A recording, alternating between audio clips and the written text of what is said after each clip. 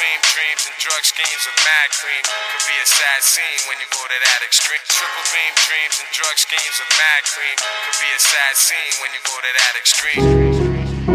Este es el hobby.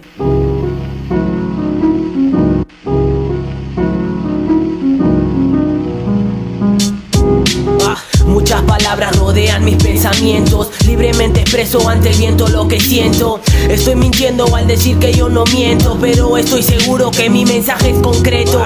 Jamás juzgué por lo que dice la apariencia. Sin conocerlo ya habla sin coherencias. No sabes lo que sientes en ese momento al saber que la gente no lo mira por dentro. Solo saben presumir lo material y no se dan cuenta que no viven la realidad. Solo viven ficción como en las pelis, diciendo que su vida depende de un cannabis. Abre los ojos porque lo que sube baja. Lo estoy demostrando siempre en un bombo y caja. No discriminan solo por la ropa ancha, por la caminada y por la encapuchada con la cual nosotros nos identificamos, sin saber que por todo esto nos esforzamos. Gracias a los que sí nos brindan su apoyo. Sé que mi familia de mí siente mucho orgullo y no me arrepiento a lo que me dio la vida. Diariamente con esto encontré la salida.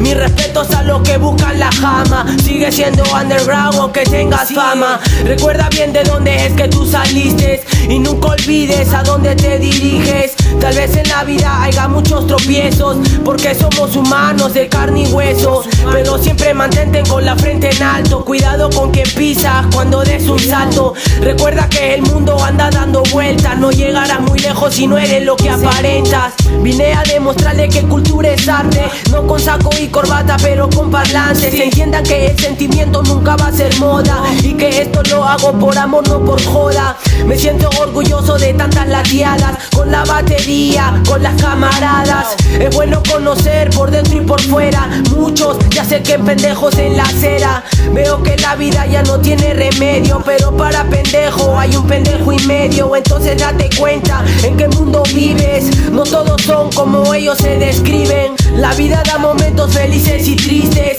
No te confíes, la vida no es un chiste. Abre los ojos ante toda realidad. Verás que el futuro no tarda en llegar. La vida da momentos felices y tristes. No te confíes, la vida no es un chiste. Abre los ojos ante toda realidad. Verás que el futuro no tarda en llegar.